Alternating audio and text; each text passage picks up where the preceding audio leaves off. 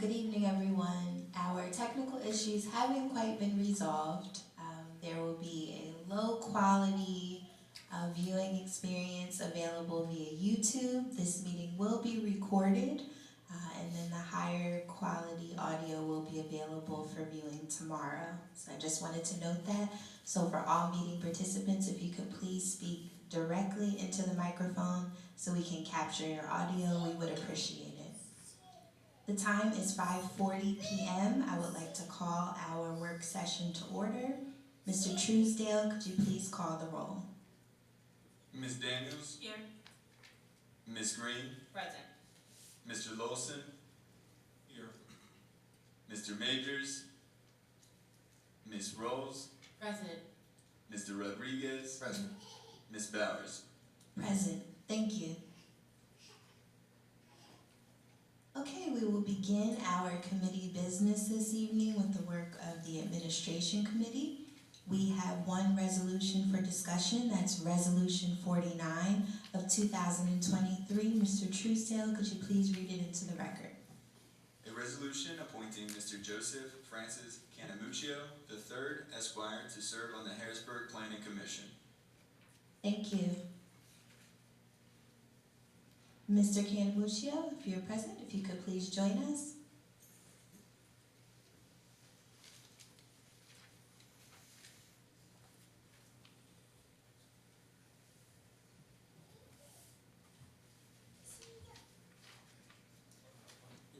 The button is in the middle, and if you could move the microphone all the way toward you, that would be great. Thank you. Good evening. Good evening. Thanks for joining us this evening. If you wouldn't mind introducing yourself, telling us a little bit about yourself, please. Absolutely, and thanks for taking the time this evening to talk to me. My name is Joe Canamuccio. I'm a resident of Midtown Harrisburg. I'm originally from the southeastern part of the state, and I moved to the city 10 years ago this summer, and I've lived and worked in the city in all the time since then.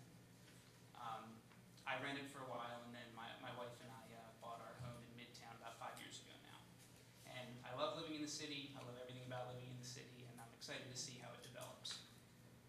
For work, I am an attorney with the Pennsylvania State Education Association in town here. That's, or PSEA, a lot of folks know it as. It's a labor organization that represents school employees throughout PA. So teachers, nurses, librarians, and also bus drivers, cafeteria workers, etc. For my job, I represent them in legal proceedings. Thank you. Before I open the floor to questions from my colleagues, I just had one. What impact do you believe that you will be able to make should you move forward with serving as a member of the Harrisburg Planning Commission? Right. So I'm interested.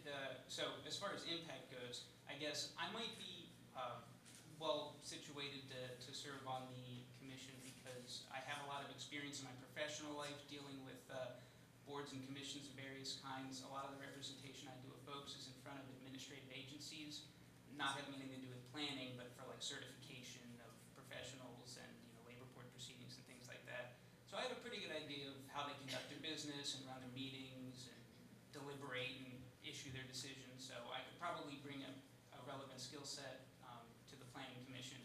I am interested in the Planning Commission specifically for a couple reasons, but the one thing I thought about, what to say about this, I thought I might get a question about why I'm interested in it.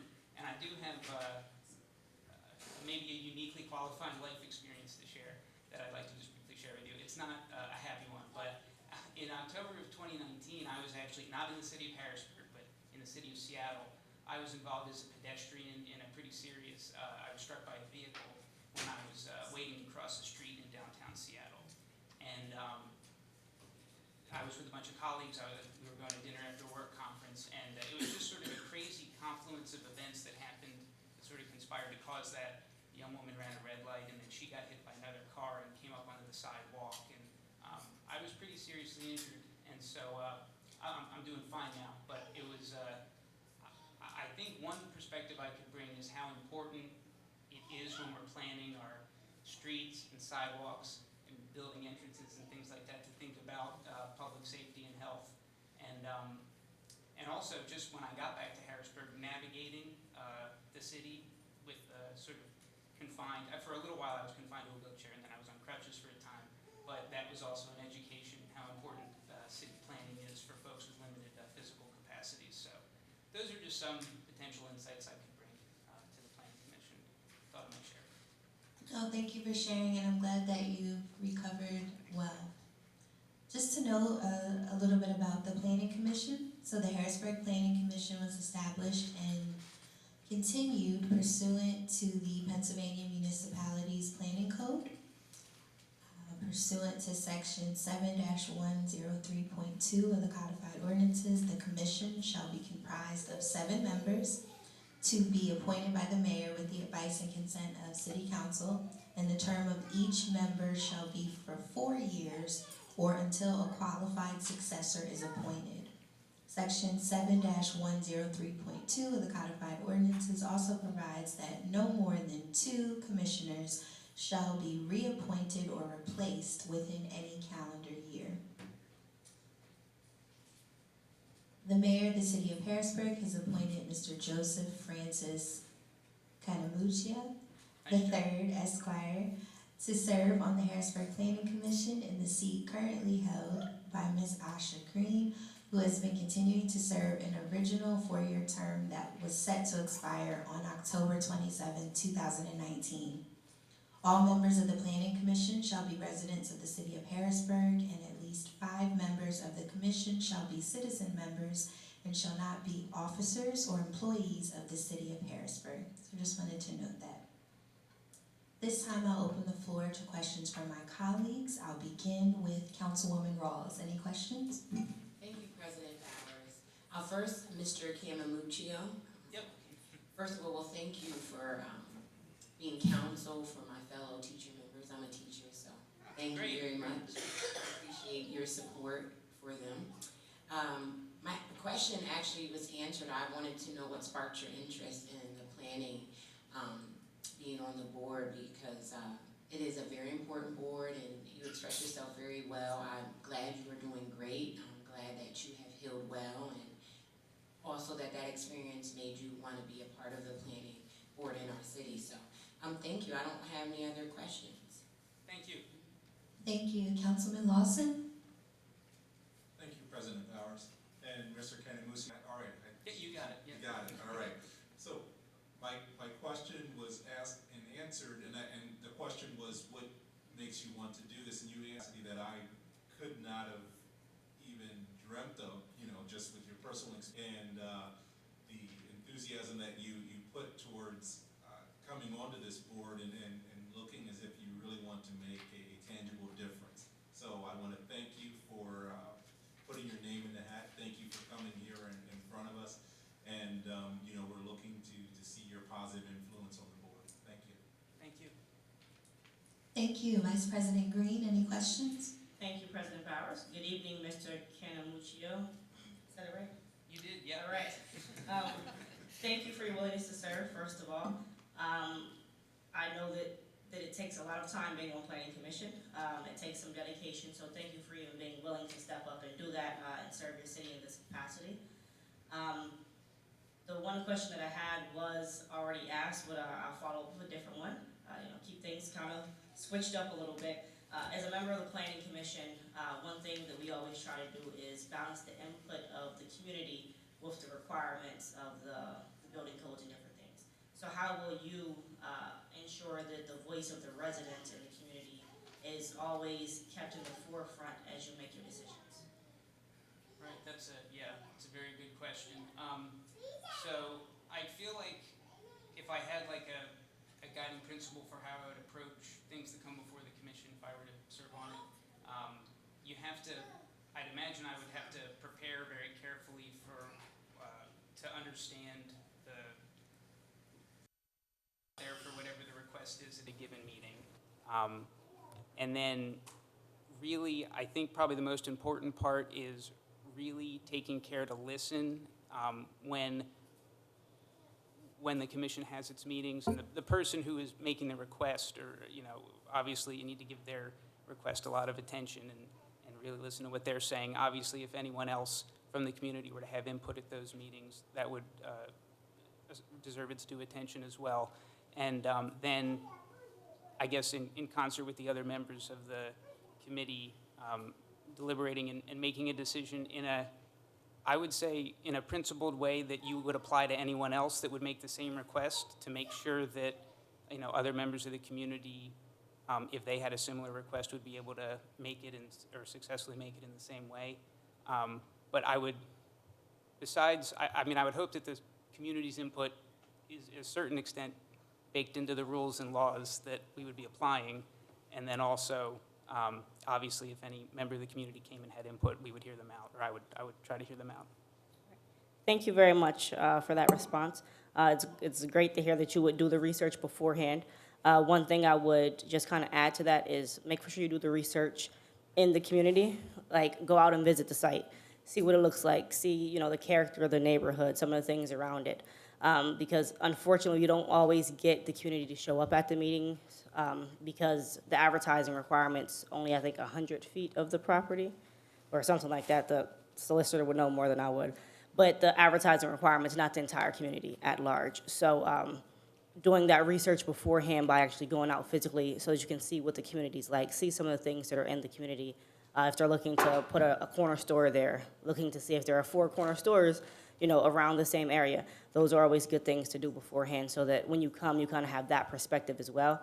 So that's it. But thank you for your willingness to serve. If you're able to serve on this board, I look forward to seeing you at some of the meetings. I'll stop by and hope you nothing but the best. Thank you. Thank you for that advice. Thank you. Councilman Majors, any questions? Thank you, and thank you for your willingness to serve. Vice President Green, who is a member of the Planning Commission, sort of was in the same line of thinking of where I was going to go with the question I did have.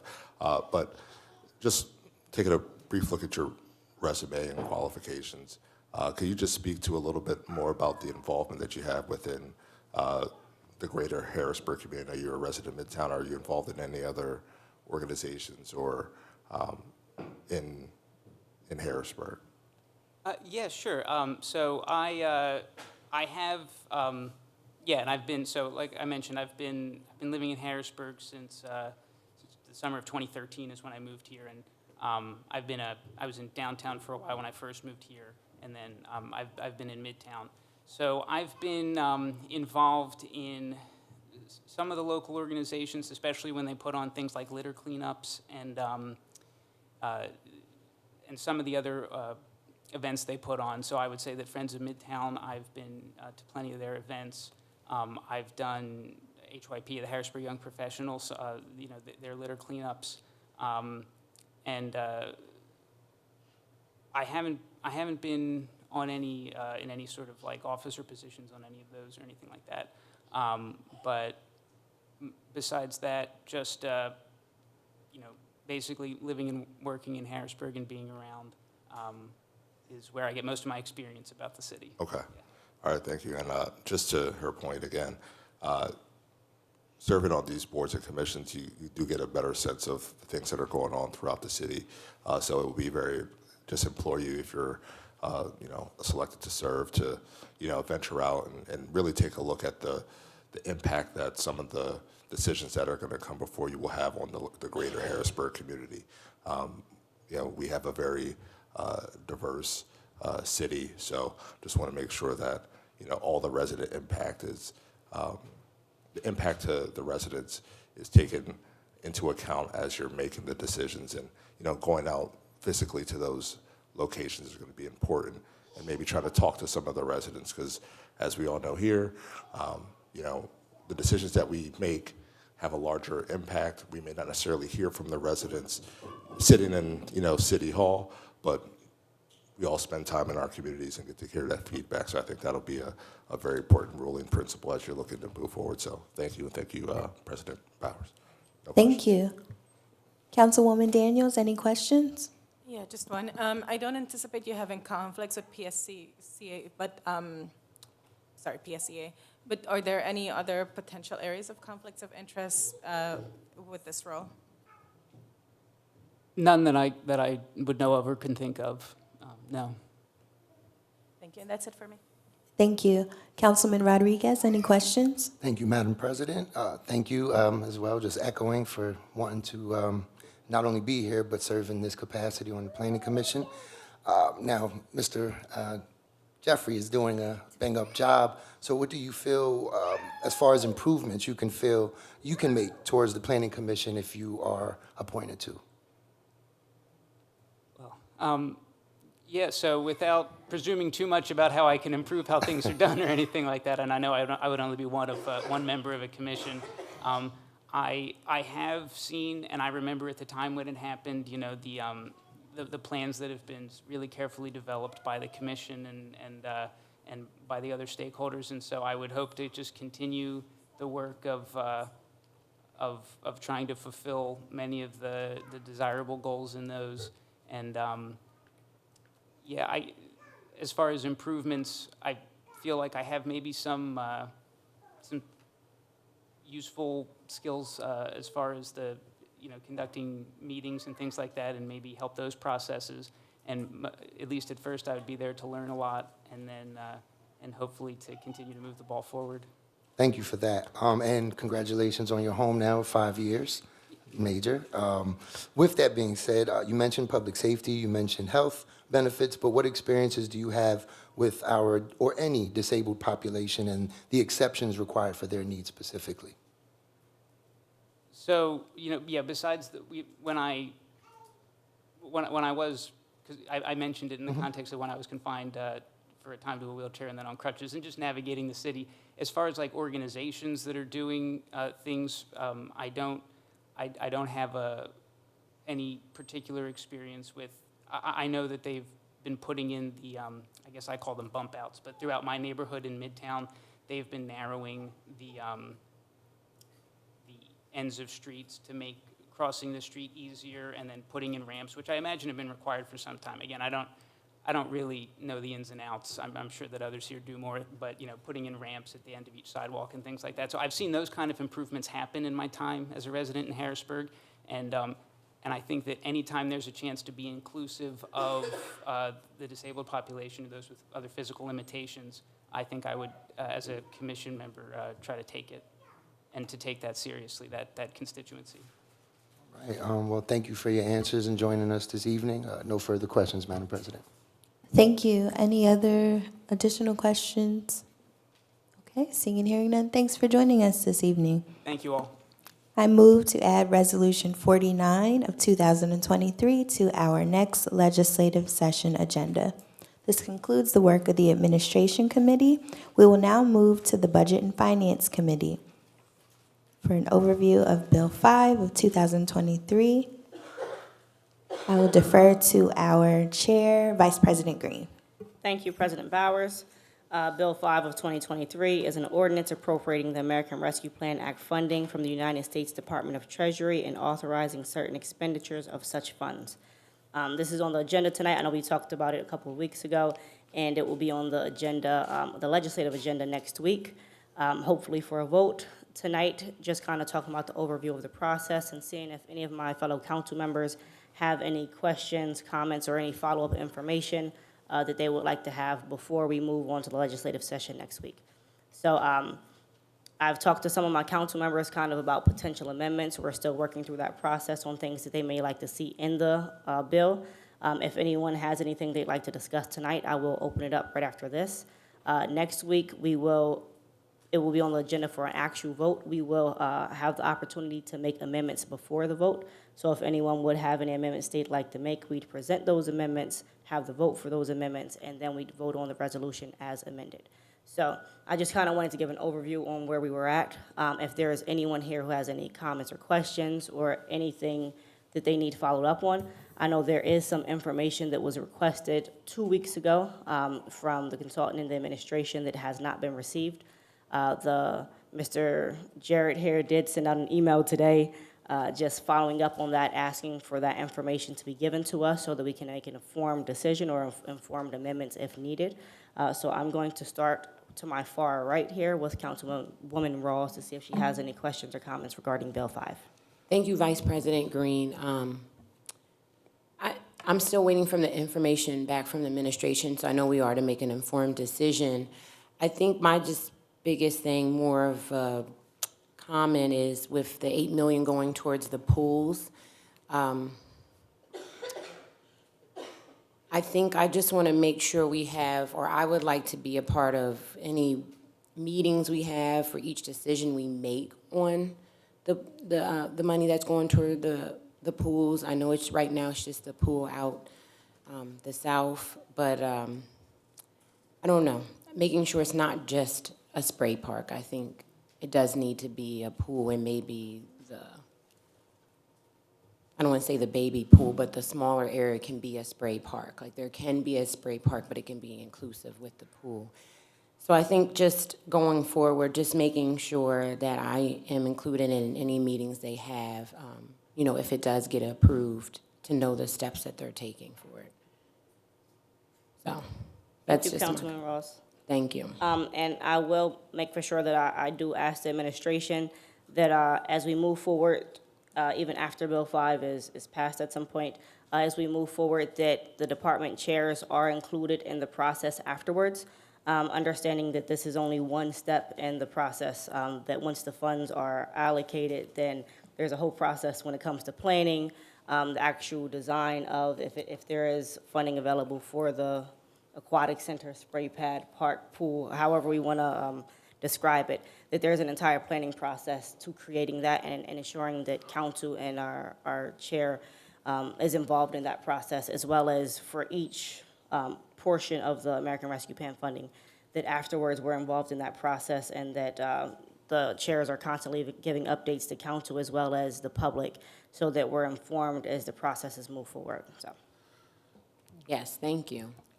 Madam Chair, just to keep it in context of how it works, and I'm not sure if this is reassuring or not reassuring, but one, all the professional service contracts there for the designers have to come down and be approved by council. So there's not going to be where you're not seeing a design coming, right? It's going to have to be publicly approved, those type of contracts. The bid contracts do not get approved by council when construction starts, because the bid is the public process. So when you're approving design as opposed to construction, you know, that's really going to be the moment for council to really be in the whole council in the discussion.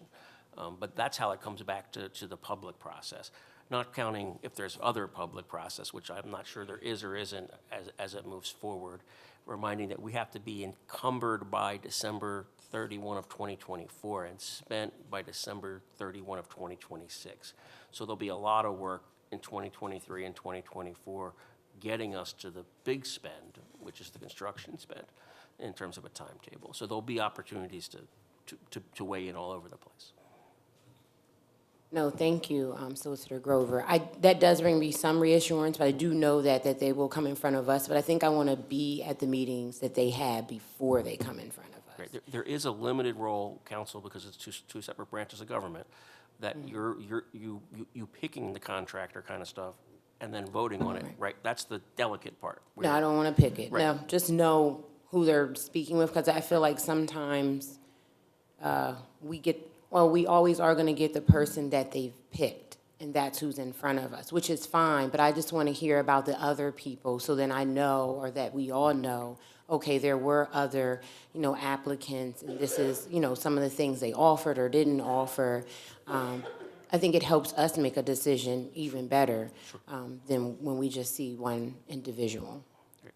I think if there's scoring, you want to be involved and know what the Yes. scoring is. You may not be able to score because Right. it's a legislative body, but you want to know what the process is. Correct. So- Yes. Right, and what the options are. Right. I think part of it is when you put information out there for people to respond to, right? It's a process for developing what's put out there as well. So, in other words, if I just ask for people to give me a design on a spray park, all I'm going to get is a design on a spray park.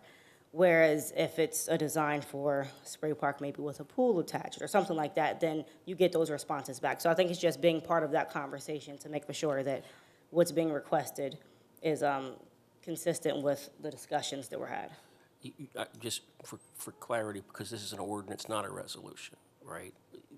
If you have that level of range you want there probably is an amendment to be made, language-wise, to make sure that there's not one, if you vote on one thing in a budget, and that's what it is, on that line item, that's what you're authorizing the administration to do. So if you want it broader, there probably is a language issue on when it comes time for amendment. Okay, thank you, I appreciate that. Councilman Lawson? And I think going in the same idea of the conversation, my goal is to make sure that as the money comes through, that we are supporting our local businesses and also working in some workforce development within the money as it's being spent. I don't know if there's a way that we can create a weighted metric for awarding contracts for our diverse business entities. I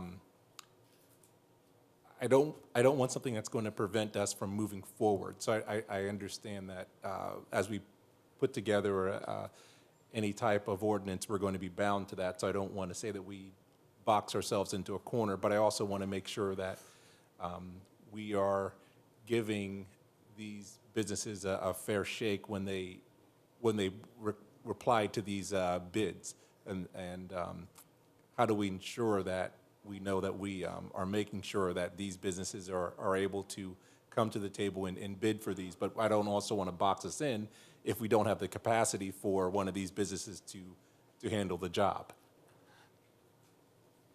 Tomorrow night's meeting may address quite a bit of that, because the ultimate result of tomorrow night's meeting is an ordinance that we would target coming, when you get back from summer hiatus. So, Thank you. Thank you. President Bowers? Thank you, Vice President Green, for clarifying expectations for next Tuesday. I think that's helpful for council members and for directors within the administration and members of the public who may be tuning in. I just have two questions, one regarding the tree pruning program, and then one related to a request we received from the Harrisburg Redevelopment Authority. So I'll begin with the trees. And these questions were received from a resident via the City Council Facebook page. The request was to require the city arborist and parks director to provide a map breaking down by year the number of trees in each neighborhood that the city has tended for the past 5 years, plus a 10-year projection by neighborhood going forward. And I guess I should have began with, if this information or data is not available, if the arborist and or parks director could let us know, that would be helpful.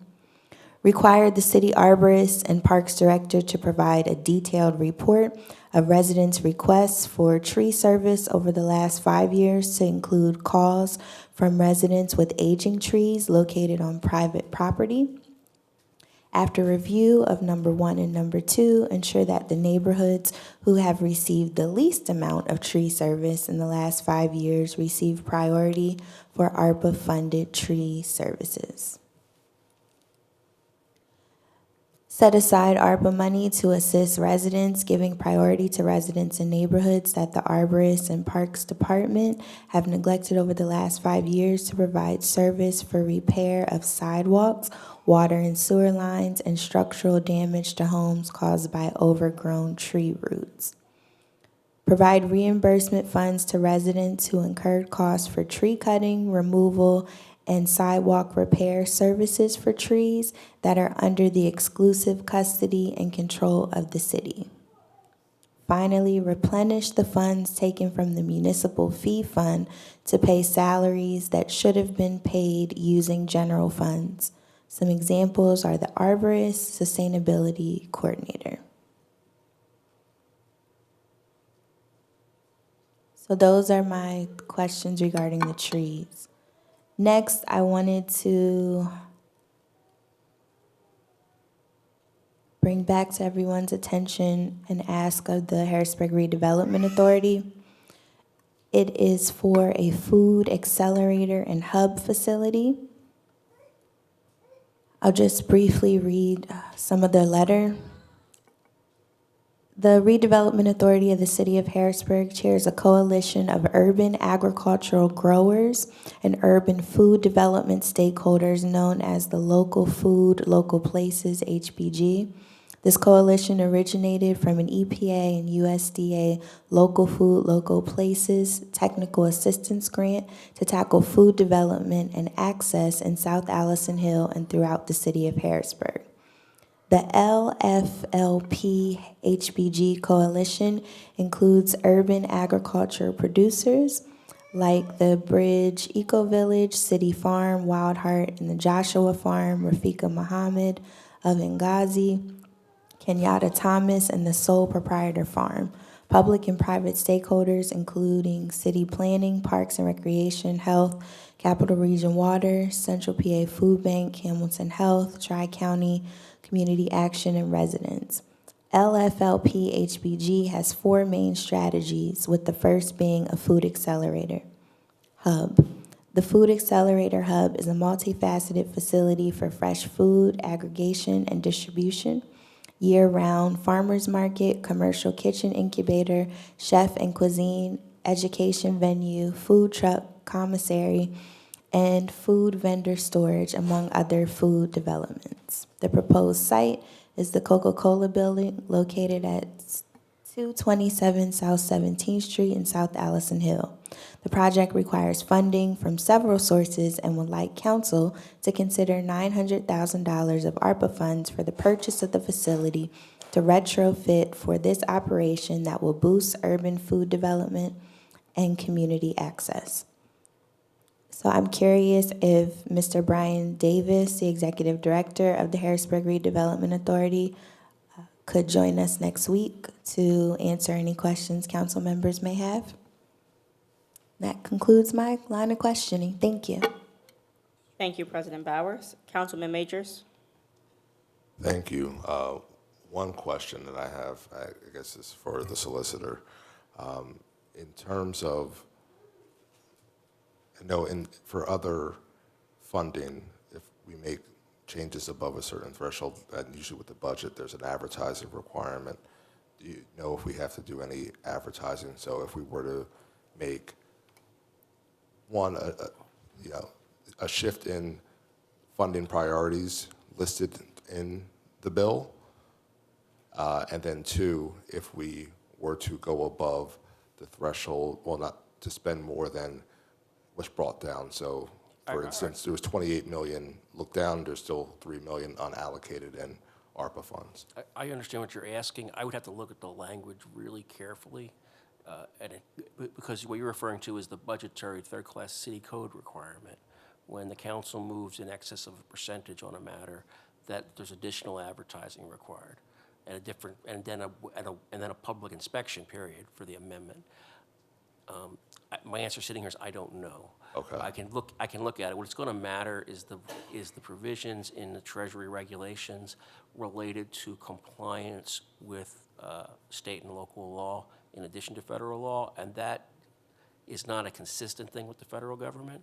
So if they've given just latitude, and then it may not be an issue. But if it says you must follow any governing laws regarding expenditures, then there may be an issue about how far an increase can be. Decreases and those kind of changes aren't affected, but it's when you increase the overall spend on an individual item by 25%, I believe right. it is, and an aggregate spend by 10% change, I think are the two. So, but I will get you an answer to that question. Okay, yeah, the sooner the better, because I know for myself, there were other proposals when we had our community meetings that folks were interested in, including, a set-aside program for grants similar to what the county did for minority and women businesses. If we wanted to look to move funding within those allocated line items that were brought down, I just want to ensure that if we're going to be making changes, we don't have any additional significant, we don't delay the process too long. I want to make sure that, I think all of our intent is to move, on this, but there may be some additional spending priorities that council has that came down from the administration. We will get you. We owe you an opinion related to this already, and we will add that to that opinion. Okay, thank you. Thank you, Vice President Green. Thank you. Councilwoman Daniels? Yeah, I just have 2 questions. The first one is, just a reminder, I need the legal opinion. That's exactly what I was just referring to. Yes, that's Yeah, coming. regarding the clawbacks. Yes. And the second one is, what is the time frame and deadline for information from us? For Vice President Green? You're talking about information on potential amendments? Yeah. If you could get them to me by Thursday, that would be great. That way, we have some time to look over them. And I plan on having a conversation with the administration as well, just kind of getting their opinion on some of them. But obviously, the hard deadline is Tuesday. I'd like it beforehand, that way we can make sure we're not all asking for the same thing with a couple of different words, which then just makes the process longer on Tuesday to bring it together. But obviously, Tuesday is the deadline, but if you could get it to me by Thursday, that would be helpful. And that's it for me. I would note, just because I'm obligated to, when you have amendments on Tuesday, which I think is your right to do, because of the nature of this grant with the clawback provision, we would not yet have formed an opinion on whether that particular change is eligible. So we may come back, we'd have to do the analysis. I'm not saying you can't make them. I'm just telling you, we would come back with an analysis if it's eligible, and if it's not eligible, is there a way to make it eligible? That would be, if we understand the intent of the council on a particular amendment, where is the line that we can see in the U.S. Treasury regulations that says this is where it's okay. If you go this far, you've passed their line. But that's going to be something we cannot do on the fly in the middle of amendments. Thank you. Councilman Rodriguez? Thank you, Madam Chair. My colleagues have asked the questions I've had in mind in regards to the pool and the tree cutting, so I have no further questions. Thank you. Thank you very much. At this moment, I don't have anything else to add, so I'm going to turn it back over to Council President Bowers. Can I make one inquiry? Has the email you referenced on trees been passed on to the head of Parks and Rec and the arborist in the mayor's office? No, it hasn't, because I thought that they were going to be present this evening, but we can forward the, Yeah, it had a lot of very specifics in it, so thanks. yes. Thank you. Thank you, Vice President Green. We will now move to the work of the Community and Economic Development Committee. I will defer to our chair, Councilwoman Daniels. Thank you. Mr. Truesdale, if you don't mind reading Resolution 47-2023 into the record, please. Resolution 47, 2023, a resolution approving the preliminary/final land development and lot consolidation plan for JMB Gardens, located on 28 parcels on 4 proposed sites along the 2200 and 2300 blocks of North 6th Street, filed by LaShawn McCoy with JMB LLC, to develop vacant lots as 41 dwelling units, a community center, an associated site, and access improvements. Thank you. If the representative for the administration could identify yourself and give us a procedural history of this bill, please. Sure. Jeffrey Knight, Planning Director with the city. So as Mr. Truesdale noted, the project before City Council here tonight is a mixed-use development project largely focused on residential units, affordable housing units on 4 different sites along the 2200 and 2300 block of North 6th Street. The sites are all currently vacant lots. For a while, they had had some overgrown vegetation and some illegal dumping, but some recent improvements preventing access have improved the condition of the sites. As noted in the documentation that council has with them, the project is largely going to be 2- and 3-story buildings developed in row home design that mimics the architecture and building massing of the blocks along North 6th Street to the north and south. In the northeast corner of the intersection of Woodbine and 6th Street, the project proposes the establishment of a community center for not only just residents of the development themselves, but of the whole community. The projects are designed in a way to, although it's multifamily, again, the building frontages will really reflect the row home, single-family row home design that is visible up and down 6th Street there.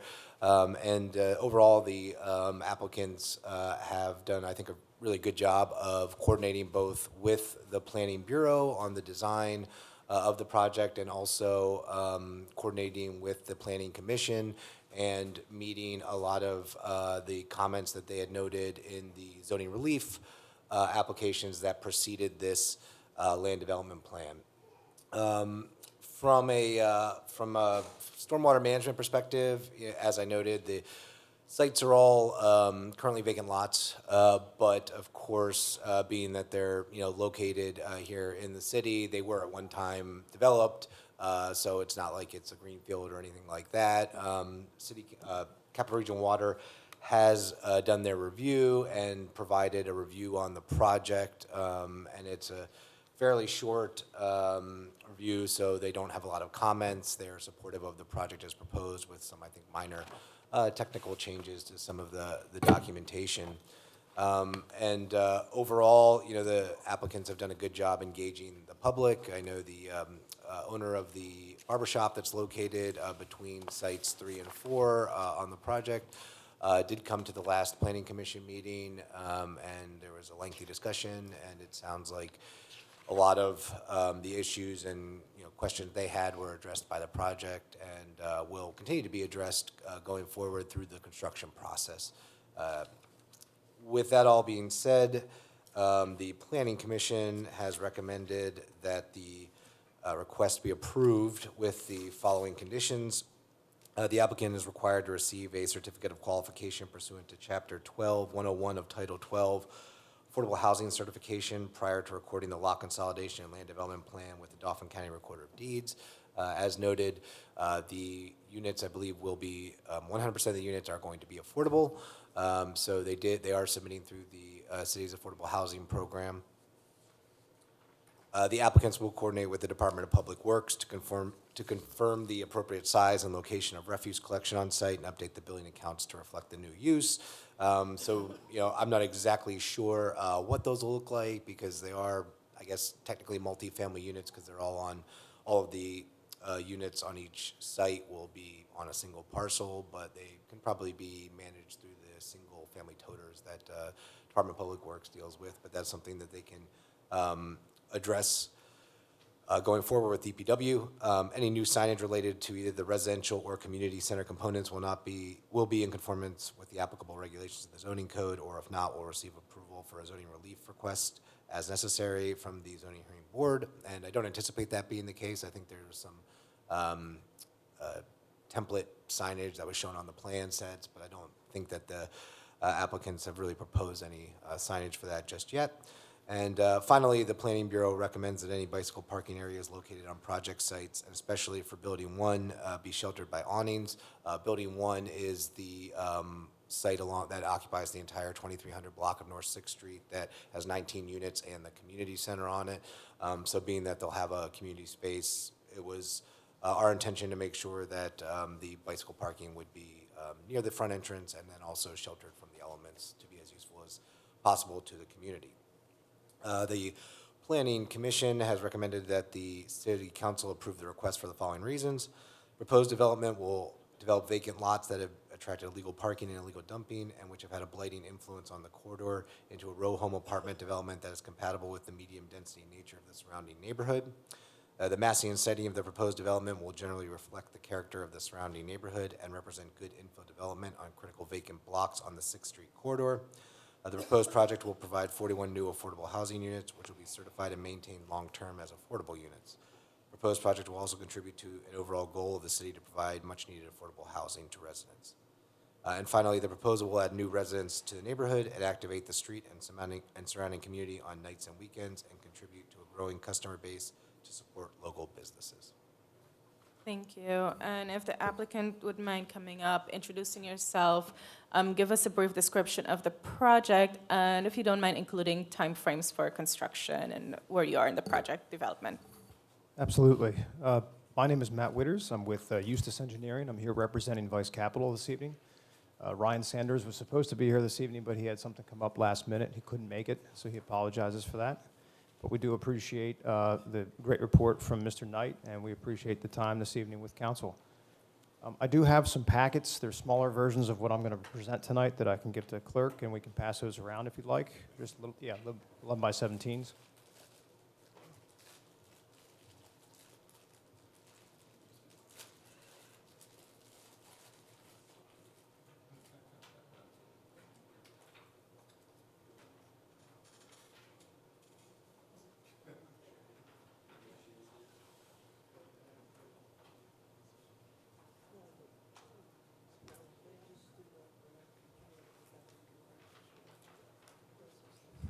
And I'll keep this as brief as possible, just to give you kind of a nickel tour of what we're doing.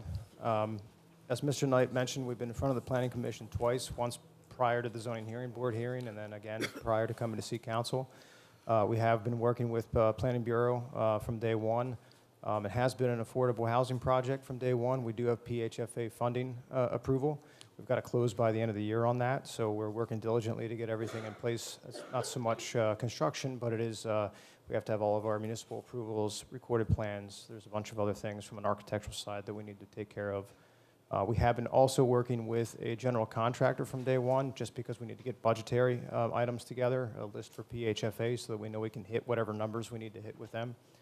So it's a pretty complete project at this point. But I'll give you a very brief tour. As Mr. Knight said, we're in the block between, or I'm sorry, at the intersection of 6th and Emerald. On this plan, which you don't have in front of you, I didn't print a copy of this. We'll get off this plan pretty quickly. North 6th Street runs left to right. Emerald runs north and south, up and down on the plan. There are 4 lots. We're going to consolidate 28 lots into 4. Lot 1 being 15 existing lots that we're going to consolidate into 1. That's on the northeast side of North 6th Street. It's the largest building. Lot 2 is directly across the street from Lot 1. That's a smaller building there, and that is 3 existing lots that will consolidate into 1. Lot 3 is directly across Emerald. It's on the southwest corner of Emerald and 6th. That's kind of a medium-sized building there, and those are 8 lots that will consolidate into 1. And then the last lot, or the last proposed lot, consists of 2 tracks. It's an infill lot, and it's next to the existing barber shop, if you're familiar with that stretch of North 6th Street. To buzz through this quickly. On Lot 1, again, we're going to consolidate 15 lots into 1. We're going to build 19 affordable housing units there, 3 of which will be ADA accessible. They'll be on the first floor. The building itself is going to be constructed as much as we can as a single building, but it's going to have the look, and there are some elevations and renderings in that packet, and I have a rendering up here, but it'll have a look of individual townhouses. Each of these units is going to have its own public access from the street. That'll give a sense of individualism to each of the tenants. This will be a rental community. We've also proposed awnings on these. That's a PHFA requirement. But we wanted to kind of pick up some of the feel of the porches that are in that neighborhood and the surrounding blocks that are there now. On Lot 1, we're going to build 21 new surface parking spaces off of what is Elizabeth Alley. That's to the east of 6th Street.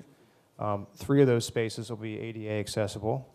The building itself is going to be a mix of 2- and 3-story. So if you look at some of the renderings, there'll be variable roof heights and things like that, elevations and whatnot. These will also be a mix of 1, 2, and 3-bedroom units as well. Each of the units for all 4 lots, anything ranges from 845 square feet to up to 1,500 square feet. So we're a little bit bigger than what PHFA requires, and that was intended to kind of give a sense of more of a market rate feel than a traditional affordable housing feel. As I said, awnings, individual entrances. Trying to think what else is on this one. The whole development will be a mix of 1, 2, and 3-bedroom. The 3 bedrooms will be 2 levels, so they'll be 2nd and 3rd floor. The 2s are a mix of the 2nd floor, depending on how high the building is, and then the 1s are also kind of mixed in. It's all kind of intermixed. There's not one building that has all 1 bedroom, and the next building is all 3-bedroom. It's kind of everything's spread out, and that's all based on PHFA requirements. Each of the first floor units on all of the lots will be what they consider ADA visitable. So I can access with a wheelchair, I can access if I'm handicapped. Again, on Lot 1, 3 of those units will be habitable, so the entire unit is set up for ADA accessibility, both bathrooms, reach heights, things like that. Visitable just means that I can get through the front door, I can get into the unit, and I can visit some family members.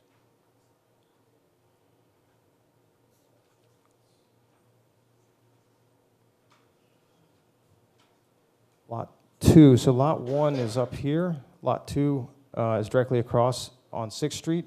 That'll consist of 8 units. Again, it's a mix of 2- and 3-story buildings, if you want to call them that. This will be a mix of 1-, 2-, and 3-bedroom units. There are no ADA units proposed here, and we are not proposing any surface parking spaces on this, off-street parking spaces on this particular lot. One thing I do want to mention is that we're in a mix of commercial commercial neighborhood, and it's the CN and RM districts. The CN has no requirement for parking. The RM has, and we're going to take advantage of the affordable housing credit where we can provide half a parking space per unit. We have 2 units, or 4 units, excuse me, in the RM district, which is on lot 3. So we have 2 spaces over there. But on lot 2, we're going to take advantage of the existing on-street parking for lot 2. And that was an attempt to try to leave some more green space around that lot, or around that building for the users, the tenants of that lot, the inhabitants. Lot 3 is across the street, across Emerald Street. That'll be 10 units. That's, again, a mix of 2- and 3-story buildings. Those are all 1- and 2-bedroom units. I think there's 2 accessible units in that particular building, and then there's 2 ADA parking spaces out back. We did have a parking lot in the backyard that took up most of the backyard. It created some very unwanted pedestrian and vehicular access conflicts. So worked with Planning Bureau to eliminate that 5-space lot, knocked it down to a 2-space lot, accessible from the alley, Turner Alley, and eliminated any type of vehicular and pedestrian conflict along 6th Street to try to emphasize that 6th Street pedestrian corridor. The other thing we're going to do along 6th Street is that the city came in and rebuilt some of the sidewalks throughout, some of the public sidewalks recently. There are a couple sidewalks where the sidewalk is not a full-width sidewalk, so it was requested in front of lot 3 and 4 to maintain a full-width sidewalk there, again, to emphasize pedestrian safety, create and emphasize that corridor that's there already. Lot 4, which is the last one on the right on that plan, is a 4-unit lot. It'll be 2 buildings. That'll be a 3-story to match the barbershop height, and none of those are accessible. We'll have 4 parking spaces on the back, accessible again from Turner Alley. As Mr. Knight mentioned, we are proposing new stormwater management facilities. There's a stormwater basin essentially under each of the parking lots and portions of the lawn. We have been through with CRW. We've been through the County Conservation District. We got our NPDS approval 2 weeks ago. We did just receive some very minor note, really dot I's and cross T type comments from CRW last week that we're working through now. So nothing really that's going to impact that major design, but we are trying to do our part in meeting all of the stormwater regulations that the state and the city put forth. So that's my tour.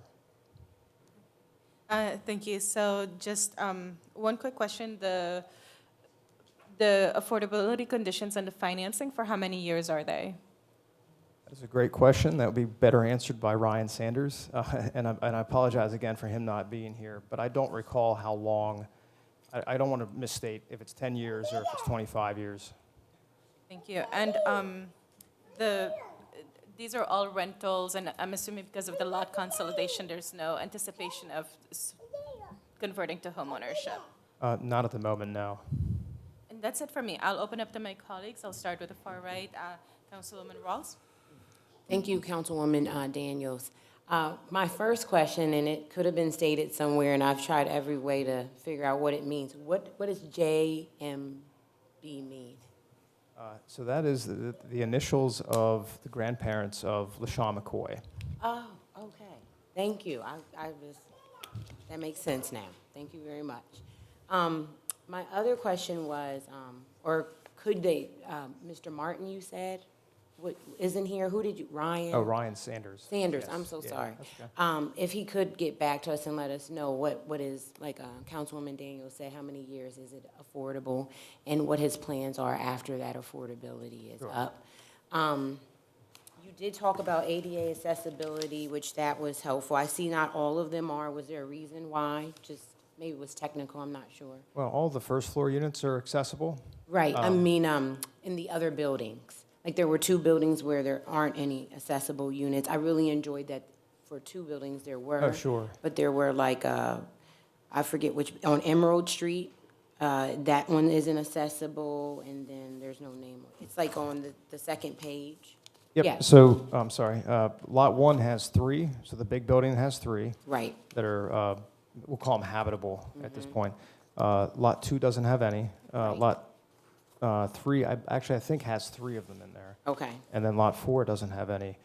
PHFA sets minimum standards for accessibility. So in this case, that's what we were trying to hit for fully accessible units. Now, I will say that one of the units is not a traditional accessible, like in a wheelchair type or someone maybe with visual impairment, but is a hearing impaired unit as well. So there are different things, visual things, and they have to set up inside the building for that as well.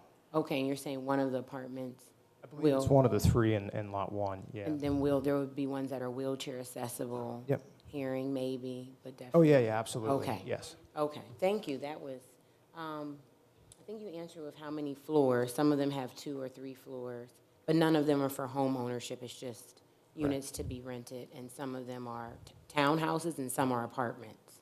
They're all apartments, so that's all multifamily dwelling. Okay. But if you go through the renderings, they tend to give, we tried to give an appearance, more of an appearance of a townhouse look than an apartment, like a traditional That's what you apartment were saying. building. Yeah, so at the back of that packet, there are elevations, and I do have larger versions that we can look at if we need to give an idea of what each of those buildings is going to look like from the front. Yes, I saw that. Yeah, I just didn't understand if you were saying some were gonna be townhouses and some apartments. Nope. And I was trying to figure out what that may look like, but now I understand what you're saying. Okay, I think that, that's it for me. Thank you, Councilwoman Daniels. Councilman Lawson? Thank you, Councilwoman Daniels. And the one question that I have is, with our ADA accessible but not habitable units, would we see that, like, let's say either doorways or the like of that, are they of the width that someone could pass through the home, or are they basically just the width that you would get into the dwelling? Again, I don't want to misspeak on the architectural aspect of that. They are accessible from a front door standpoint and a sidewalk standpoint. We've had to provide sidewalks up to the fronts and landings that all meet the ADA requirements. I can say that, like, the restrooms wouldn't have traditional ADA grab bars or things of that nature. I can't speak to the doorways, though, because that was a question that never came up during our design team process. So I can't say whether or not they're all ADA wide doors. But certainly they'd be able to wheel a wheelchair through the majority of the first floor of one of those units. Okay, because if there's still any opening, that may be just a possible workaround for the possibility if all 3 units are occupied and you were to find a tenant, well, not you, but Yeah. they were to find a tenant that they found as an acceptable risk as a tenant, but wanted to apply a unit that they could use. If the doorways are wide enough, they could apply the grab bars, that they Sure. could say, okay, in the future, here you go, let's just put the bars in, and now you can use the bathrooms, or even, because I understand, like, creating the cabinets at the right height and everything, Right. how that could, end up becoming a little bit of a burden to do that for someone that you're foreseeing in the future. But if we were to have doorways that were operable for someone in that condition, then you can make easy fixes to accommodate someone in the future. It's just 2 cents, but Sure. if the plan's not done, maybe it's something that could be worked in. And that's everything that I have. Thank you. Thank you, Vice President Green. Thank you. I don't have any questions. I've had the opportunity to see this project a few times in the past with the Planning Commission. I will say thank you for being willing to take input and make changes. Thank you for removing that parking lot that required people to drive over the sidewalk to get to their parking lot. I think that was a big safety risk, so I appreciate you guys taking the time to readjust your plans with that. I look forward to seeing this come to fruition, and the best of luck to you. Thank you. President Bowers. Thank you. First, I'm really excited that this project is participating in the city's affordable housing program. Technically, only 8 units would have had to be deemed affordable for our residents, but the fact that this project will yield 41 units that our residents will not be cost burdened to reside in and to have more of a modern style feel is really exciting. So I just wanted to note that. Thank you for that consideration. Thank you to Mr. McCoy and the JMB LLC for that consideration. I have questions regarding the community center. That will be housed on Lot 1, is that correct? Yeah, I'm sorry, I forgot that part of my presentation. Oh, that's okay. I was trying to figure it out, but So with the rendering you have here up and on the first plan in your packet, the community center is at the intersection of 6th and Emerald on Lot 1. It's only the first floor. It's about a 1,500 square foot space overall. That'll have a large kind of great room in it. It'll have a secondary room, which right now we're setting up to be a computer lab. There will be two restrooms, a small kitchen, kind of like a kitchenette type kitchen, maybe something a little bit bigger than that. There will be at least one management office for someone to be on premises to help with management of the facilities. And then there will be some maintenance areas as well, just for maintaining upkeep and things like that. okay. And this might be a question for Mr. Sanders, I'm not sure. How many people will be employed It's a great at question. this site? That's a great question for Mr. Sanders. Okay, I'm going to say at least 2 or 3, but I believe it might even be more than that. okay. And I wanted to go back to the ADA accessibility. I wondered if any of the community center and any of the other public shared spaces in any of the buildings, if they will be ADA accessible or have some of the other special features that the 3 ADA units will have? Certainly the community center will be accessible. I'd have to check with the architect to find out how the bathrooms are designed. I'm sure, given that this is a publicly funded project, they'll have to be ADA accessible as well. I'm not sure about the kitchen, because as Councilman Lawson mentioned about lower counter heights and things like that, I'm not 100% certain about that kitchen, but the intent there would be to provide as much accessibility in that community center as we can. Okay, thank you. I don't have any other questions. Thank you. Councilman Majors. Thank you. Believe the questions that I have are probably more going to be directed to Mr. Sanders, so I can follow up with him in writing prior to the next council session. But thank you for the presentation. And as Council President noted, glad that the project is participating in the Affordable Housing Ordinance with the requirements of the Affordable Housing Ordinance. Thank you. No further questions. Thank you. And Councilman Rodriguez. Thank you, Madam Chair. To me, it's like life coming full circle because me and Shady, LaShawn, played high school ball at St. Francis. So now to be able to work on this project with him is just, it's amazing. Do you know what property management would maintain the building, or will it be JMB? I'm not quite sure if they're tied into having to maintain their own building or not. There's some PHFA requirements there, so I'm not 100% certain about if they're going to bring a third party in or if it's JMB. Okay. By chance, if you get that information, could you provide that to us? Sure. Thank you. And then, it may be a question for Mr. Jeffrey, is there a benefit for the outside of some of the homes to have that townhouse feel, or was that just for aesthetics? Well, I think it's definitely for aesthetics to help it fit into the row home feel of the 6th Street corridor there.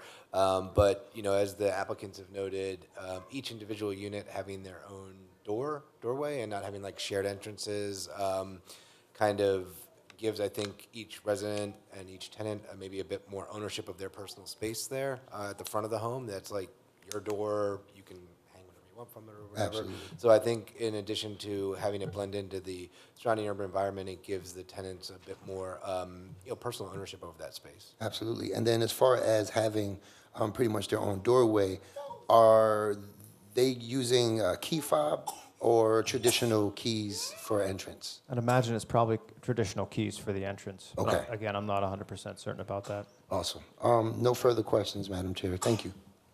Thank you. And if you don't mind going over again the accessible units, I think I got confused when you repeated it the second time. So if you could just re-articulate. As far as where they are, or? How many visitable and how many accessible? So Habitable. each of the first floor units will be visitable. I don't have that number off the top of my head. And then there are, I believe, 6 total accessible or habitable ADA units. And that's it for me. So are there any other questions that anyone? Madam Chair, I would just note for your question about PHFA and the duration of the restrictive covenant, under their regs, it's typically 40 years. Thank you.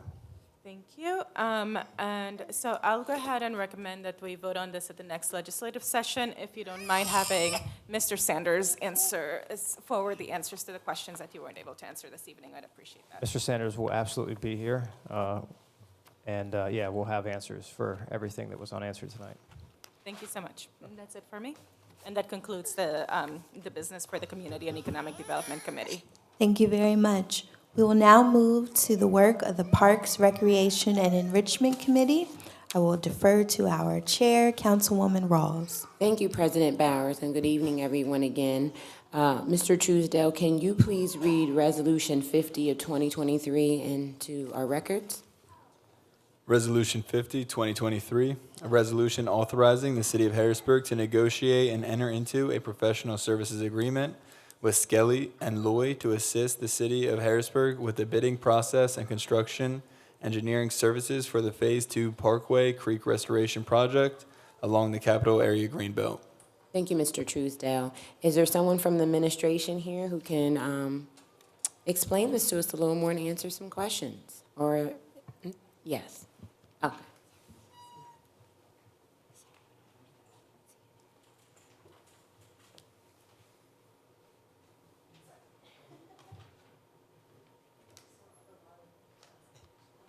Make sure you pull the, mic too. You make sure it's on. Speak real loud in there.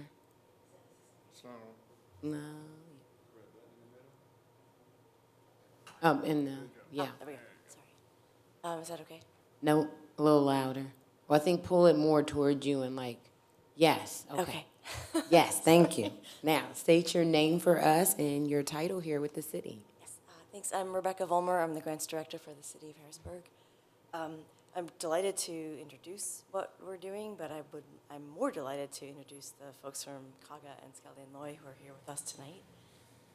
So I'll be as brief as I can, which you guys all know is hard for me.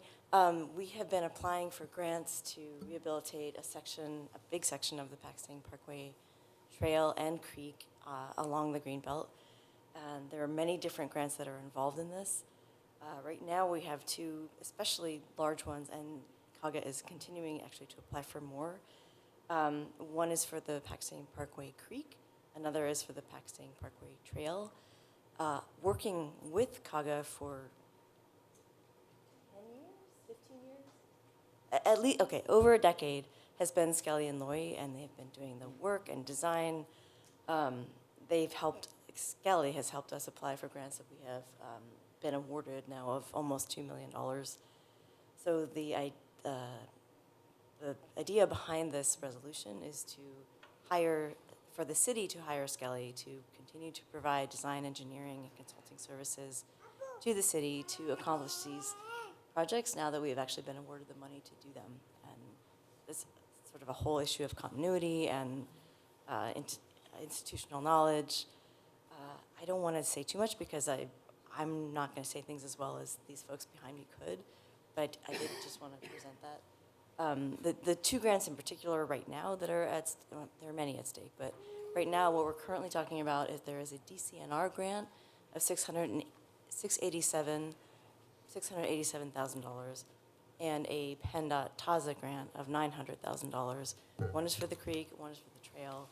And the experts in all of this design and expertise, again, going back more than 10 years, has been Skelly and Loy. So that's why we would like to hire Skelly as a city to provide us with consulting, engineering, design, project management services to enable us to get this project to where it needs to go. And turn off the scary red button. You might want to leave it on. There you go. It's on, it's on. We won't give you too many questions. You're excellent at what you do, as we said today, so thank you again. That was great today. I had one question, and then I would like my fellow members to ask questions as well, and then for Skelly and Lloyd to come up if there's questions for them too. How much, you might have said it, but how much would this, is the grant for this towards it? Because this is for them to do the work on it. And so how much is the grant? So the grant, that we have two grants, actually there are more than just two in process, but there's one from DCNR for 687, there's one for PennDOT for 900. And then this contract, and I'm going to actually also ask for Neil and Tiffany to weigh in because I'm not a contracts person. But this is different. So this is procurement, contract services. This is different from grants. So I'm a little bit out of my water here. No, that's fine. But- No, I understand what you're saying. Yeah. Rebecca Okay. is very modest. She deals with more contracts than anyone but the Law Bureau. I'm not listening to her, don't worry. Yes. But, okay, right, this is for them to do the work, okay. I just wanted to make sure I had that information. And the city's not putting towards any money for this? So the two grants that are going on here, one is for the creek and one Right. is for the trail, and they kind of intertwine, and they've served as a match for each other. And that's how we've been able to get this amount of dollars, thanks entirely to Kaga and Skelly, because they've been doing all the work of studying and the writing, and I mean, really, we wouldn't have this money without them. So that's the grant money, but then we need to hire some professional services to help us administer that grant and actually get it down to ground. And that is where the Skelly and Lloyd contract comes into play. Gotcha, now, that's what I needed, just some clarification along with it. Thank you so much. So I'm gonna start here to my far left. Councilman Rodriguez, do you have any questions? No questions currently, Madam Chair. Thank you, okay. If you do, let me know. Councilwoman Daniels? No questions, thank you. You're welcome. Councilman Majors? Thank you. Just one question on the funding piece. So all of that, is it the 183, 35, that's all funding from the grant, so it's not city dollars. We're just using the grant money to pay for the work that's being done. I just wanted to make sure it was clear. No, that's city dollars. Is it city dollars or is it grant funds? I believe it's grant funds because there's so many grants yeah. involved. We have, I think, a total of 6 grants now that are related to this whole thing. Yeah. But I'll get you a definitive answer before the vote in Okay. writing. I think one of the people with CAGA can come up and, if you want to Okay. just to make sure, because Mr. Shepler, and I apologize for your name again, I'm sorry. Good evening. My name is Diane Krippus, and I'm on the Board of Directors for the Capillary Greenbelt Association. And Scott Shepler sends his regards, but he can't make it tonight. But the consulting dollars will all be paid for by the DCNR grant. So we used the PennDOT money of $900,000 as a match to the DCNR grant that we did in partnership with the city of Harrisburg. because it was more competitive if the city was the applicant and more likely to be selected for funding through DCNR funding. So the cost to the city will, Right. the only There's no- cost you might have is your own engineering inspections if there's something that you need to do in additional to just check on the work that's being done on city-owned property, but that's your own decision to make. Okay. And PennDOT funding will have its own inspections, so as part of the $900,000, they will have inspection services that go along with that. Okay. Okay. Thank you. Yeah, I just wanted to make sure there was just a little bit of clarification there. I know the work that COGA's been doing has been great, and Well, and we do greatly appreciate all the support of City Council. We have raised $3.5 million for this project. The city contribution has been invaluable. It's been $60,000. Right. So we have been raising it through state and private sources, and it's a very, very expensive project because it's old infrastructure. Just like Right. much of what has happened in the city, it's 100 years old. And it is, for the first time ever, going through a major renovation in 100 years.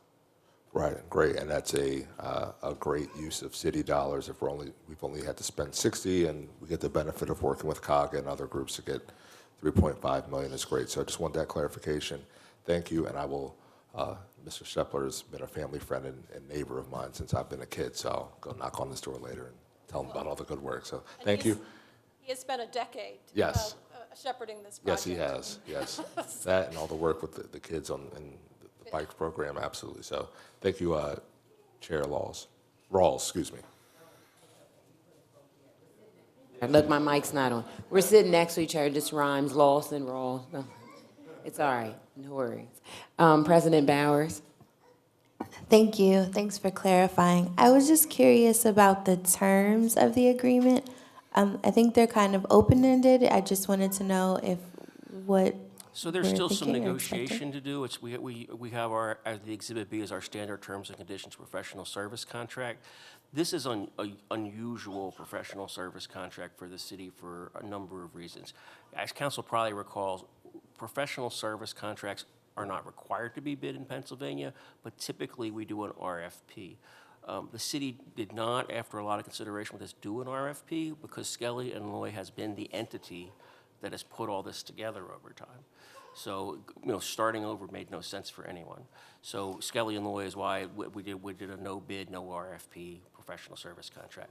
There's a couple grant compliance issues we have open-ended questions on.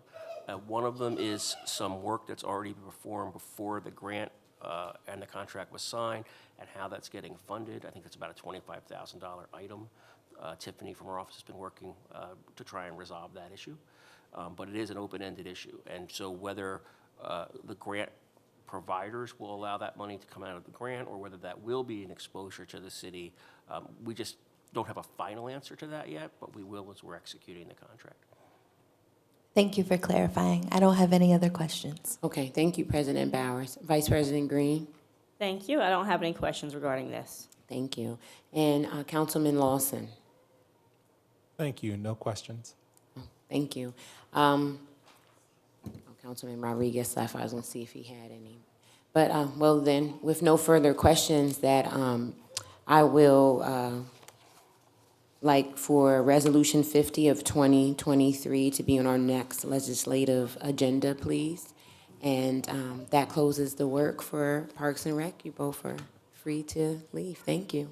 Thank you. You're welcome. Thank you. Thank you. We will now move to the work of the Public Works Committee. I'll defer to our chair, Councilman Lawson. Thank you, President Bowers. Mr. Truesdale, could you please read this resolution into the meeting?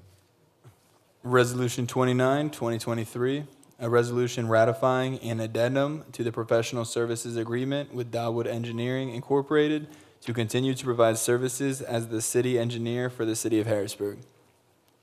Thank you, Mr. Truesdale. It looks like we have a small army. Do we have anyone from the administration who's coming before us to present?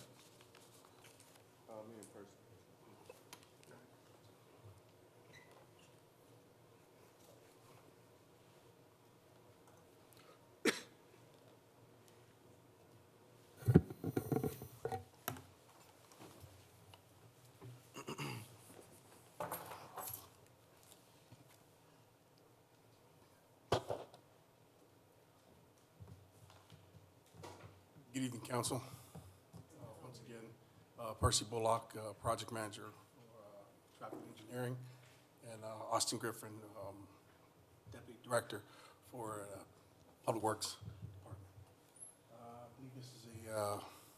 Excuse me, can you please speak I'm into sorry. the microphone directly? I'm sorry. Is that better? Yes, Okay, thank you. Thank you. I'm sorry. And we are going to oversee Dallwood's proposal for last year and this year, to my understanding. Am I correct? So you guys are going to present.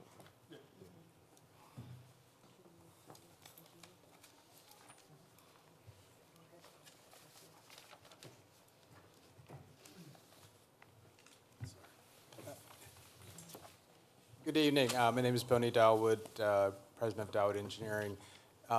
I have with me today Diane Tucker Harrison, our CFO and COO for Dalwood Engineering, also Wesley Heisley, one of the senior project managers. With all the discussions that we had before, what we felt would be appropriate was to organize some information that would give the council a little bit of history of some of the work and agreements that are currently in place with Dalwood. So it hopefully sheds some light in terms of some of the activities and some of the focus of the efforts that we've done over 2022 and 2023. And with that, I'll turn it over to Diana to continue to the slide presentation.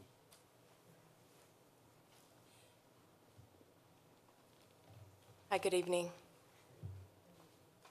We really appreciate the opportunity to be able to present to you today.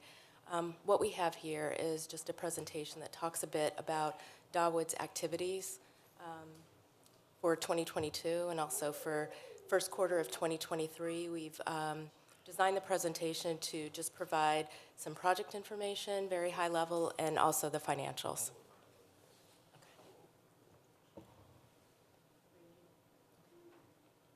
All right, let me figure out, okay.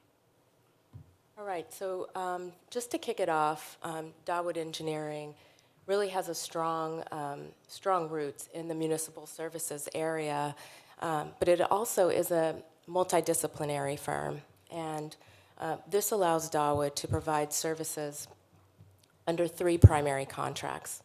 The first is the contract for the interim city engineer, the second is the non-transportation engineering services contract, and then there's the contract for RACP business plan.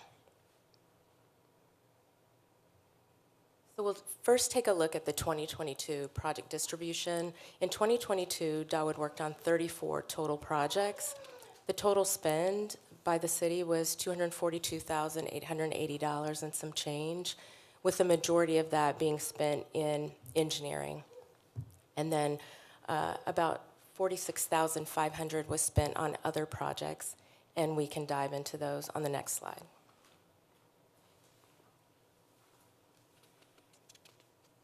So what you'll see here is the breakdown of the 2022 engineering projects. There were 22 projects, total spend of $196,337 and some change, with the largest project at the bottom of the chart to your right being the State Street Improvement Project redesign. But those 2022 projects covered a variety of areas, including repaving, school and road safety, the RACP grant assistance, Capital Gateway, and bridge clearance assistance. Taking a look at the other projects, there were 12 projects for the spend of $46,500. We've broken them down in the presentation just to show the different areas: public works, facilities, finance, and planning, and really those covered from a big picture perspective: repaving roads and paving plans, land development reviews, and facilities evaluations. And then just talking a little bit about the administrative fees, about 7% of the total billing was related to administrative fees. And that really covers things like serving as the consultant and representative for the city, facilitating discussions between the city and the state, and then drafting those action plans and memos. So before I move on, because the next section of the presentation will be for first quarter of 2023, are there any questions? Just one the percentage, since you provided a percentage breakdown of the admin fee, the other, for engineering, that percentage, and then the other percentage, just in terms of, Yes, absolutely. And just quickly, we do have booklets of presentations. I know everybody okay, yeah, received well, it. yeah, that would be helpful.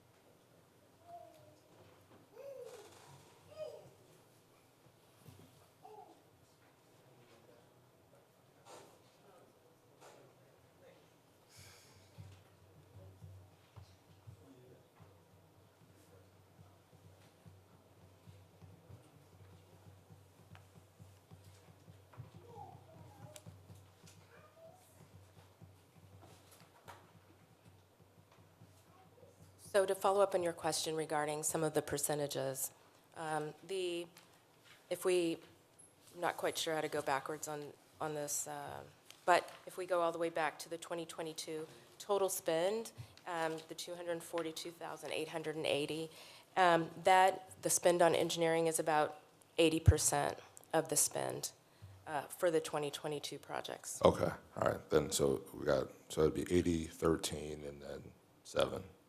Okay, Yes. all right. Any other questions?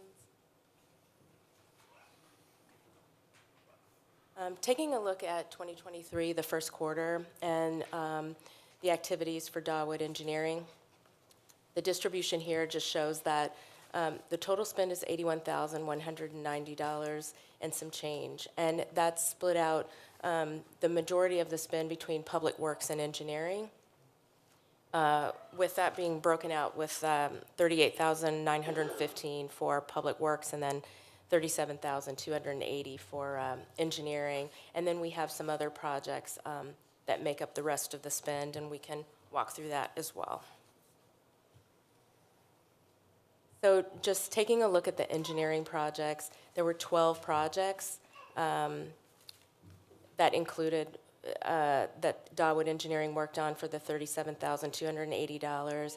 They're outlined to the right, and then you'll see that from a big picture perspective, they covered Capitol Gateway, 2nd Street two-way conversion, Mulder Square, and State Street improvements project redesign.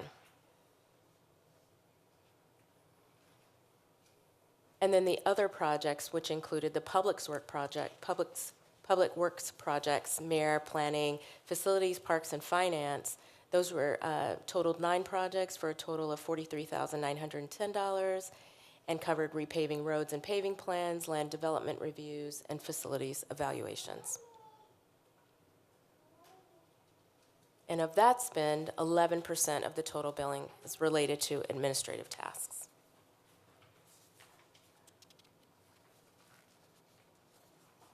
So that's a high-level review of the first quarter 2023 spend. Any questions on those projects or that spend?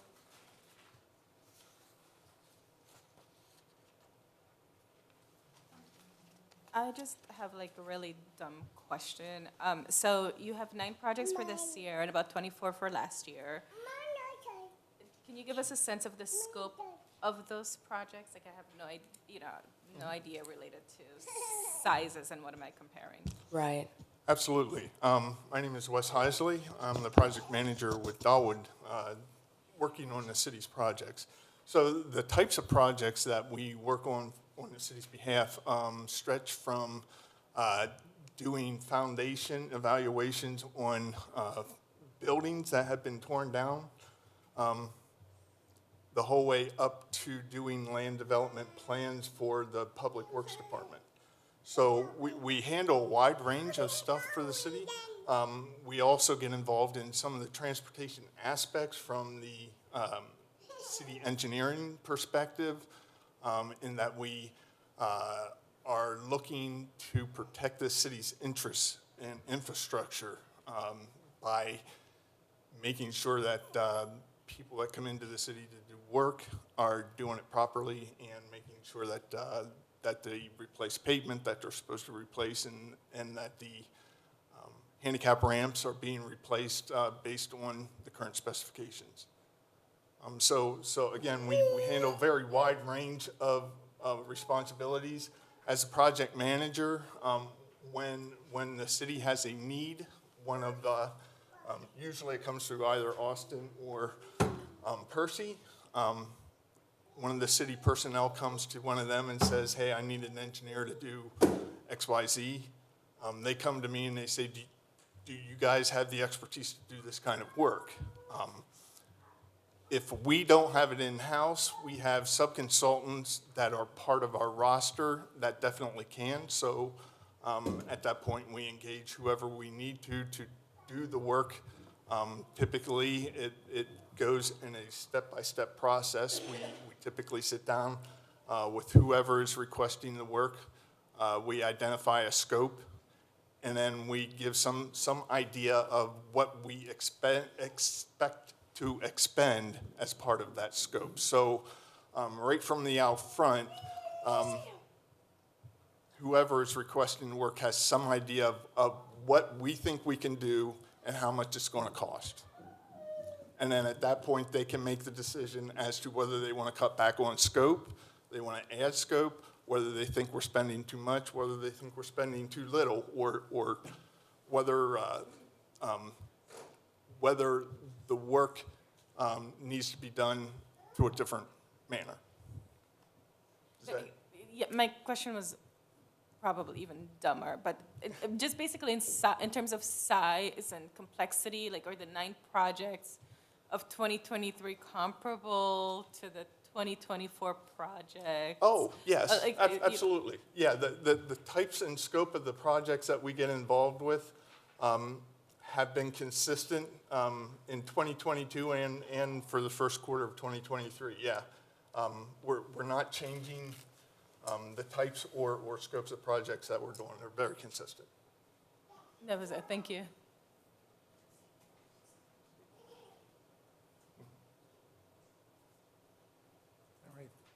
Thank you. Was there more of the presentation? As I have more in this booklet. Right, there is more in the booklet. And so we've worked on a variety of projects, but there are some that are really worthy of highlighting. But in the interest of time, we weren't going to go into those in detail, but we did want to include them in the packets that we gave you so that you can review those. And if you have any questions, we're able to answer those. Okay, great. And then for my own edification, what we're talking about today with what we've been presented, this is what we would be expecting a city-employed engineer to handle, essentially is what we're discussing, right? Not the entire scope of what we're working with you on, just on the consultancy agreement. So at the beginning, we talked about the 3 contracts. This would cover the first contract, which is the interim city engineer. There are funds in here that we've also expended as part of the second contract, but that's a little more specialized. So I don't think those numbers right now. I think to answer, yes.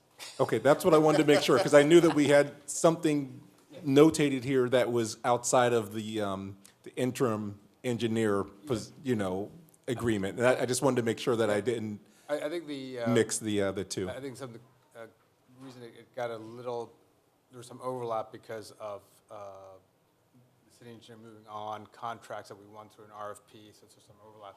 But our focus right now is as the interim city engineer and tasks that would be typically done by an in-house city engineer. So we're trying to fill that role as needs arise, whether it's PennDOT has an issue with bridges or so anytime there's a need within the city, we are the resource to step in to fill that need until such time we find an in-house full-time engineer. Okay, and so then the 22 projects, the 196,337, that's our work with you as a consultant, as our interim engineer, correct? Correct. Okay, that's what I understood in the beginning. I just wanted to make sure that I didn't misunderstand that. And then this question is somewhat unanswerable, but I just want to get a sense for where we're at. What does the search for a city engineer look like as of today? We currently have some candidates in background right now and hope to have a definite answer for you guys maybe in a week or two. Great.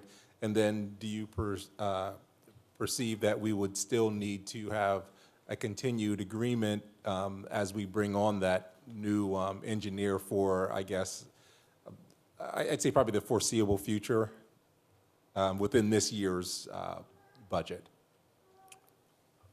I would imagine for some things, yes. All right, that's everything that I have as far as a question, and just because we've been picking on her most of the month here, we'll go to my esteemed Councilwoman Rawls. Yes. Yes, thank you, Councilman Lawson. Good evening to you all. Thank you for being here. I don't have any questions, so that's it for me. Vice President Green. Thank you. I don't have many questions. A couple. I'll start with, when do these projections run through? So for the first quarter of 2023, is that through March? Is it through April, May? We're in June now, so just when are they until? Great question. We're on a calendar year, Dawood Engineering, so that is through March. And then we can have second quarter numbers for you after we close out June. Okay, thank you for that. And then just to be sure, the projects that you outline here, both under the engineering projects and under the other projects, they're all part of what would be covered in this contract scope, correct? Like, they wouldn't be, like, so for instance, the other projects wouldn't be part of the non-transport engineering or any of the other contracts. This is solely numbers that would be paid out of this contract, correct? I'm going to turn that over to Wes. So I believe in your packet, you'll see that there's one page for the CDBG. Yes, I'm talking about these pages here that Yes, list out specific those projects. are all under the interim city engineer's contract. Okay, Correct. so, Correct. all right, that way I kind of know how much we spent specifically on city engineering, because that's something I constantly ask, is how much we've spent with Dawood on city engineering, and then the number that's always the most elusive to get, which is how much we've spent in the past when we had an in-house engineer, not just on salary, but also on contracting out. So just making sure I have these numbers for comparison. So that's all I have at this moment. Thank you. And President Bowers. Thank you.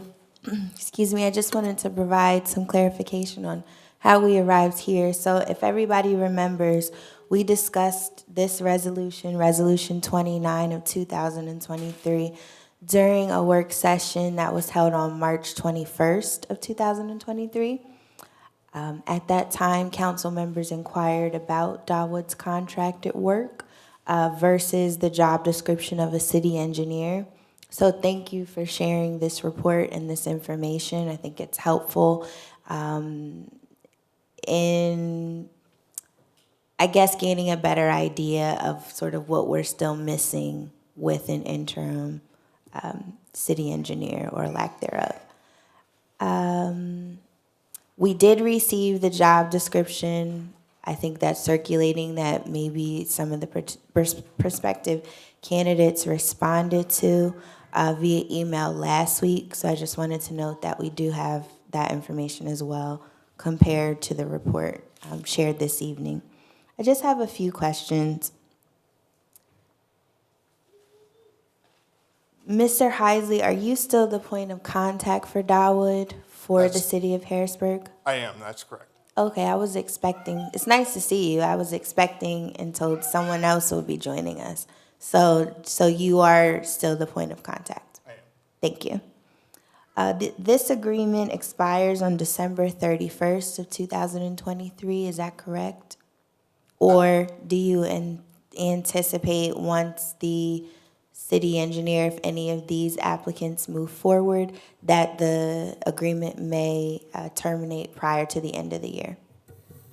So I think the reality is that's exactly what the answer for the incoming engineer would be, right? How long do you need assistance at this level, does it, so it goes through the end of the year, the contract, but it's based on services provided. How much service does a new engineer require? We can't answer that. That's really an engineering answer. That's fine. I just wanted to Yep. clarify. I like to clarify the terms of agreements. And my other question regarding the status of the city engineer search was already asked and answered. So thank you. Councilman Majors, any questions?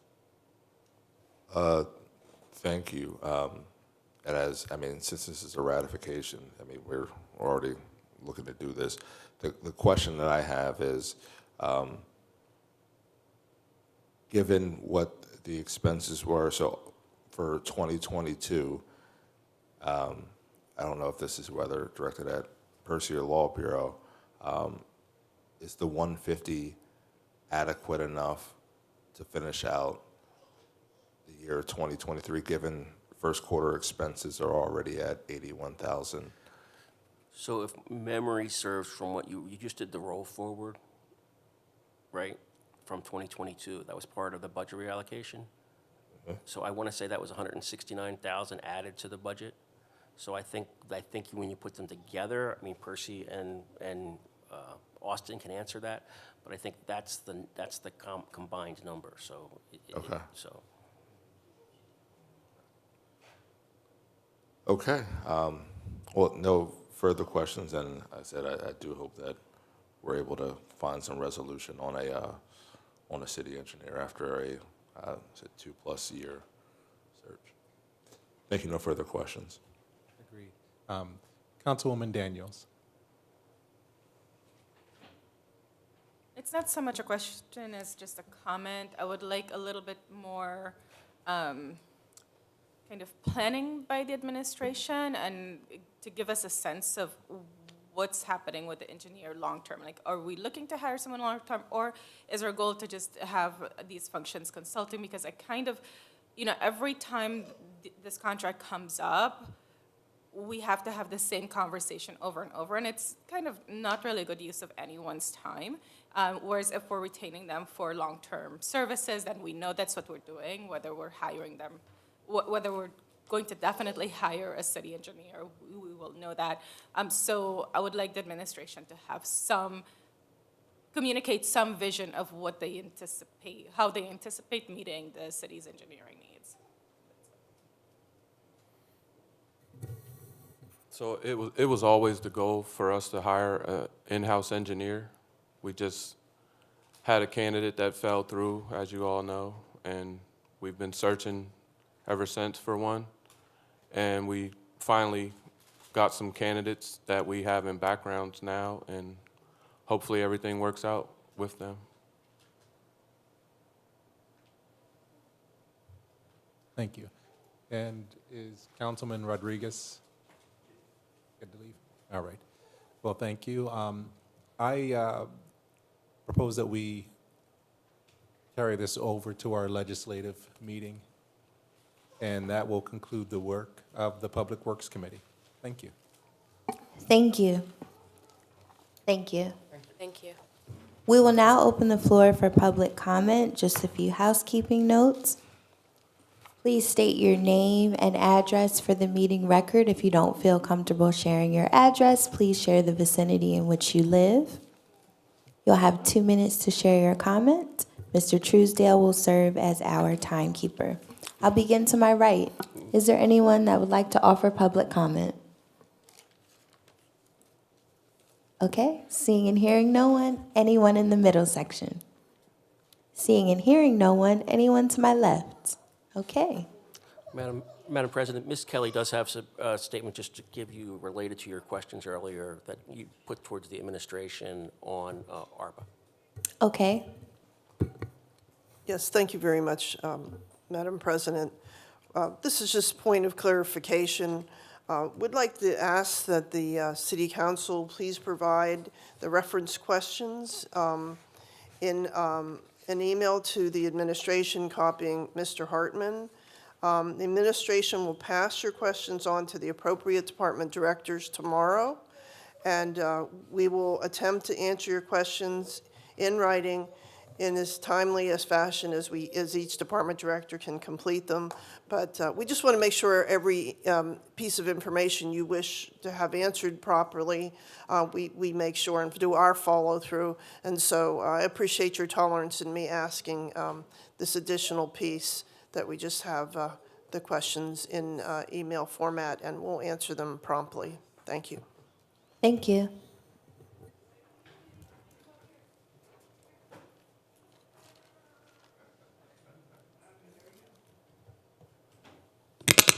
My name is Pam Auer. I'm from 124 Pine Street in Harrisburg, and I just wanted to say how grateful I am to all of you for asking the ADA questions. It shared my heart. I've been sick for a week and didn't want to come tonight, but I'm so grateful I came, because it really shows that you guys are serious when you talk about wanting to know more about the ADA and caring about accessible units. I'm very, very grateful, because there's so many of my brothers and sisters stuck in nursing homes because there's not enough accessible, affordable units out there. So to hear more coming online is very encouraging, and that you guys are making the effort to ask those questions, I greatly appreciate it. Thank you so much. Thank you. Council members, the time is 7:26 p.m. I will entertain a motion to adjourn. So moved. Is there a second? I second that. We stand adjourned. Thank you, everyone.